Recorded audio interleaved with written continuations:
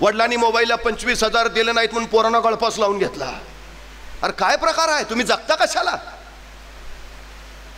स्वतःच्या हिमतीवर घ्या ना. 25,000चा काय, 5-5 लाखाचे मोबाईल घेऊन फिरा. बापाला सुद्धा अभिमान वाटला पाहिजे, माझ्या पोराकडे 5 लाखाचा फोन आहे, थाटात सांगितलं पाहिजे त्यांनी. बापाच्या जीवावर कसले करता गोष्टी.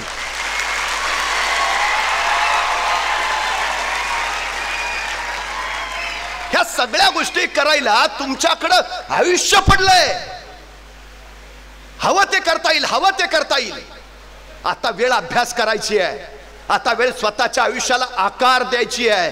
त्याकडं लक्ष दिलं पाहिजे. हे महत्वाचं आहे, सगळ्यात महत्वाचं.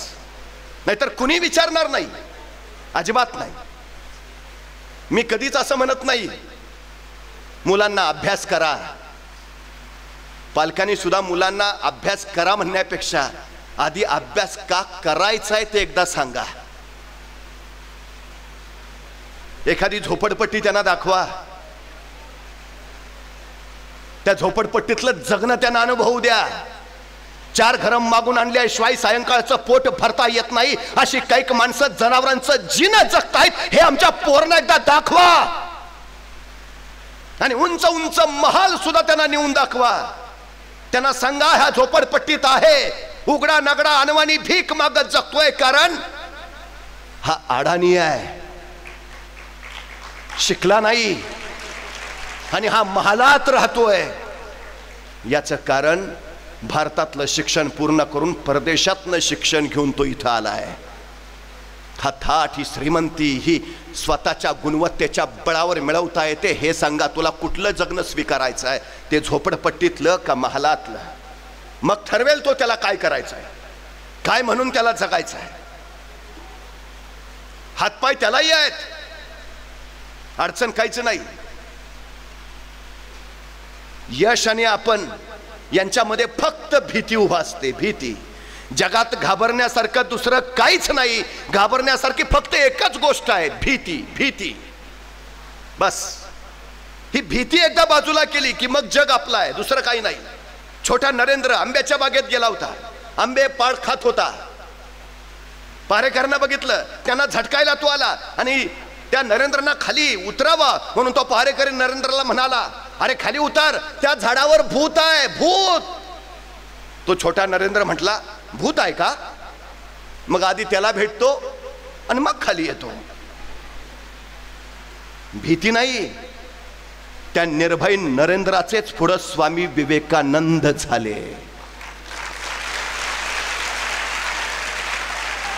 काढून टाका ना भीती डोक्यात, अजिबात काही विषय नाही.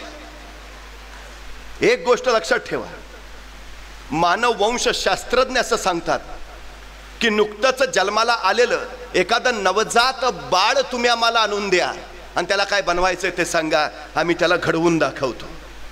काही सांगा, घडवता येतं, बनवता येतं, हवं ते तयार करता येतं.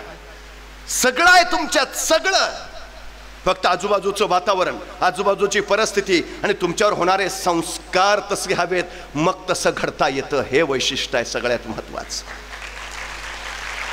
आईला वाटायचं खूप की छोट्या एडिसननं शिकावं, पण एडिसन बहिरा होता आणि बहिरा होता म्हणूनच मतिमंद असल्यासारखा होता. पण आईची इच्छा आहे शिकावं त्यांनी, आणि तिने या छोट्या एडिसनला शाळेत टाकलं. एडिसन शाळेत जायला लागला. शिक्षक शिकवत होते पण या एडिसनला ऐकूच येत नव्हतं. ऐकूच येत नाही तर ग्रहण काय करणार? ग्रहणच काही नाही झालं तर कळणार काय, शिकणार काय? विषयच नाही. शिक्षकांनाही प्रयत्न केले पण 4-5 दिवसानंतर त्यांच्या लक्षात आलं काही उपयोग नाही. शेवटी एके दिवशी एडिसन शाळेतनं घरी निघाला. त्यावेळी त्या शाळेतल्या शिक्षिकेनं एक पत्र त्या एडिसन जवळ दिलं आणि सांगितलं, घरी जाऊन तुझ्या आईला दे. एडिसन घरी आला. आईनं विचारलं, एडिसन कसा गेला आजचा दिवस? एडिसन म्हटला, खूप छान. आणि एडिसननं त्या शिक्षकांनी दिलेलं पत्र आईच्या पुढे धरलं. आई, आमच्या मॅडमनी दिलंय. एडिसनच्या आईनं ते पत्र फोडलं. ती वाचायला लागली. त्या चिठ्ठीत एडिसनच्या शिक्षिकेनं लिहिलं होतं, तुमचा एडिसन शिकण्याच्या पात्रतेचा नाही. जगातला कुठलाच शिक्षक तुमच्या मुलाला शिकवू शकत नाही. तो कधी शिकू शकत नाही. कृपा करून त्याला उद्यापासून शाळेत पाठवू नका. आमची शाळा मतिमंदांना शिकवत नाही. एडिसनच्या आईच्या डोळ्यातनं खळदिश्य अश्रू सुटला. एडिसनने विचारलं, आई काय लिहिलंय ग?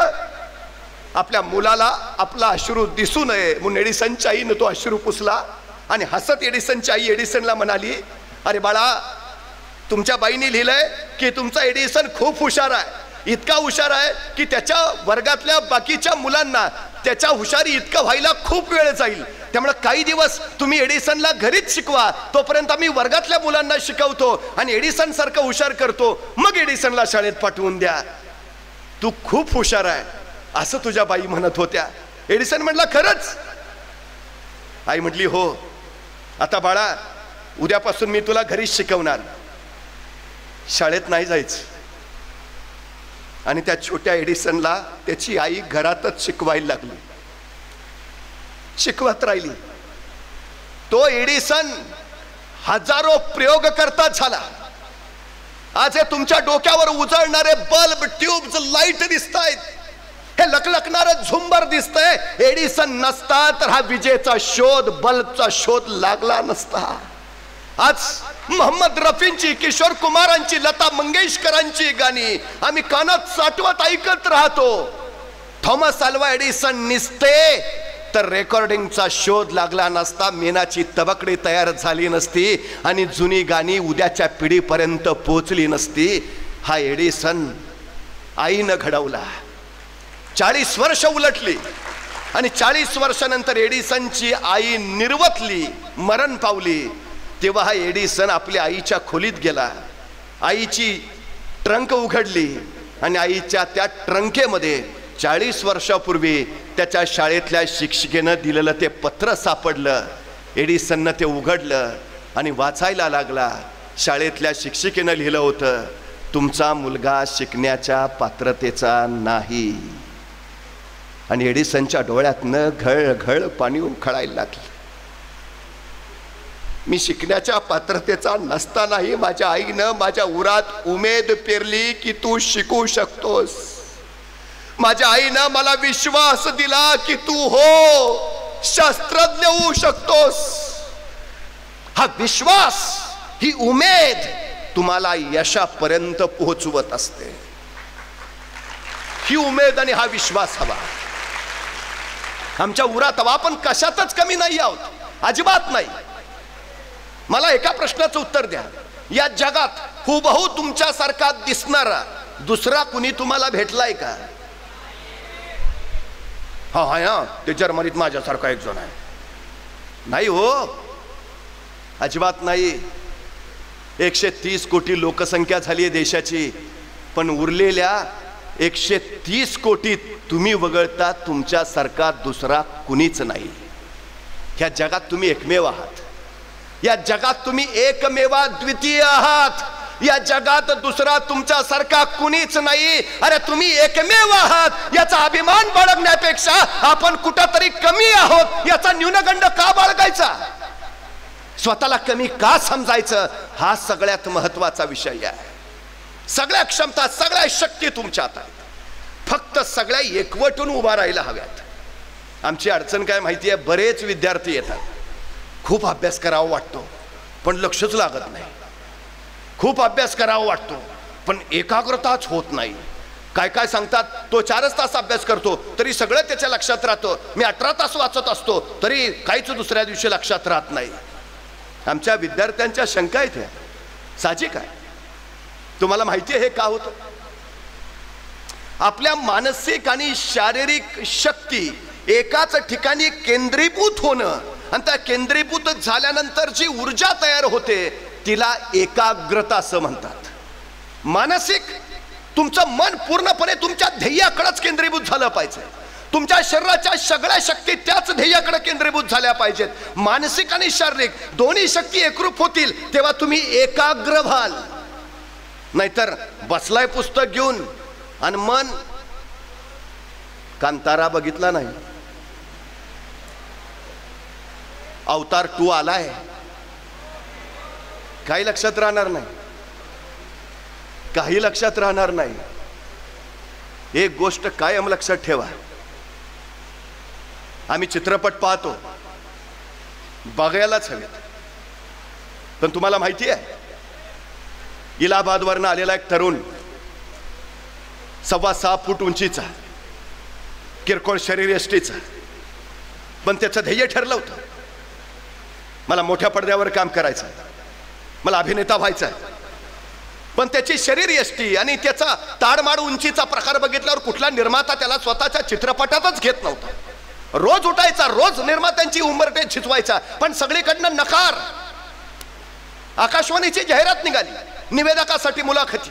हा मुलाखत द्यायला गेला, मुलाखत दिली आणि आकाशवाणीवाल्याने पत्र पाठवलं, तुमचा आवाज रेडिओसाठी योग्य नाही, सबब नकार. तिथेही निराशा पदरी पडली, वैतागला. शेवटी खायला नसायचं, प्लॅटफॉर्मवर उभा राहून एखादा वडापाव, एखादा केळ खाऊन दिवस काढायचा. अशा भयान परिस्थितीतनं उंबरटे झिजवत होता, पण हाताला येत नव्हतं काही. अखेर निघाला रेल्वे स्टेशन वरून परत इलाहाबादला जायला, आणि अचानक त्याचा भाऊ धावत आला, चल तुला चित्रपटात काम मिळालंय. मोठा आनंद झाला, धावत आला. आल्यानंतर कळालं चित्रपटात 7 हिरो आहेत आणि त्यात हा आहे. पण असू दे ना, काही अडचण नाही, मिळालं ना काम. गेल्या 3-4 वर्षाच्या धडपडेला यश आलं. त्यांनी पहिला चित्रपट केला, सत्ते पे सत्ता. धडपडत राहिला, दार ठोठवत राहिला, कामं मिळत राहिली, छोटी मोठी करत राहिला. 17 चित्रपट केले आणि 17च्या 17 चित्रपट अपयशी ठरले. पण तरी हा झगडत राहिला, त्यांनी जिद्द सोडली नाही, चिकाटी ढळली नाही. करायचंय, मला अभिनेता व्हायचाय, मी होणार. 17 चित्रपट फ्लॉप झाल्यावर 18वा चित्रपट त्याचा आला, ज्याचं नाव होतं आनंद. या चित्रपटातली त्याची भूमिका गाजली आणि त्याला नवा चित्रपट मिळाला. आणि 1980च्या दशकामध्ये सगळ्या चित्रपटगृहावर ब्लॅक बस्टर चित्रपट म्हणून त्या चित्रपटाची नोंद झाली. आणि भारतीय चित्रपट सृष्टीला नवा अँग्री यंग मॅन मिळाला, अमिताभ बच्चन.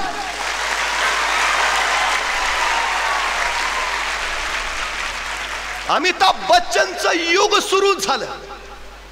यशाच्या एक एक पायऱ्या तो पुढे जात राहिला. आता कुठे यशाची चव चाकतोय, तोच कुलीच्या सेटवर अपघात झाला, पोटात सुरा खुपसला गेला आणि अमिताभ रुग्णशय्येवरनं मृत्यूशय्येकडे वळाला. हात सेप्टिक झाला, पोटातली सगळी आतडी नासली. ऑपरेशन करताना चिमटा आत घातला आणि त्याच्यात आतड धरायला गेलं तर आतड तुटून वर यायचं. टाका घालणार कुठं आणि कुणाचा, आशा सुटल्या. आणि संपूर्ण भारतभूमीवर अमिताभसाठी प्रार्थना सुरू झाल्या. पण त्या मरणातनंही तो वाचला, पुन्हा बाहेर आला, पुन्हा संघर्षासाठी सिद्ध झाला. चित्रपटाचा शूटिंग करताना सेटवर अपघात झालाय, जीवावर बेतलंय. आता परत तिकडे वळणार नाही, तो परत वळाला. आपल्या ध्येयाचं लक्ष त्यांनी अजिबात सोडलं नाही. तो परत चित्रपट सृष्टीत काम करत राहिला. परत बघता बघता चित्रपट करतानाच त्यांनी स्वतःची चित्रपट निर्मिती करणारी संस्था चालू केली, ABCL. आणि दुर्दैव, काही दिवसातच ही त्याची स्वतःची ABCL नावाची निर्मिती संस्था दिवाळखोरीत निघाली, बुडाली. अमिताभ बच्चनकडे होतं नव्हतं तेवढं सगळं गेलं, कंगाल झाला, पुरता कंगाल. नियतीनं परत शून्य करून ठेवलं. हातात काम नाही, खिशात पैसा नाही. नोकरांकडनं उसने पैसे घेऊन दिवस काढले अमिताभ बच्चनने. एके दिवशी यश चोपडा नावाच्या दिग्दर्शकांना भेटायला गेला. यजींच्या पुढ्यात उभा राहिला आणि यजींना सांगितलं, Yaji, I am broken, I need a job. मला कामाची गरज आहे यजी. यजींच्या डोळ्यात पाणी तरळलं. यजी पुढे चाले, अमिताभला कडकडून मिठी मारली आणि त्याच्या पाठीवर थोपटत म्हणाले, मी उद्याच तुझ्यासाठी नवा चित्रपट सुरू करतोय. आणि दुसऱ्या दिवशी यश चोपडाने चित्रपट चालू केला. त्याचं नाव होतं मोहब्बते. हा मोहब्बते गाजला. तोपर्यंत अमिताभ परत एकदा स्वतःच्या पटावर उभा राहिला आणि छोट्या पडद्यावरचा एक शो होस्ट करण्यासाठी त्याच्याकडे आला. अमिताभनं त्यातही पाऊल ठेवलं. कौन बनेगा करोडपती म्हणत अमिताभ असंख्यांना करोडपती करणारा ठरला. तो स्वतः तर झालाच, पण असंख्यांना उभा करणारा ठरला. याच अमिताभला लाखात एखाद्याला होतो असा एक आजार जडला, ज्याचं नाव आहे मायस्थेनियस ग्रे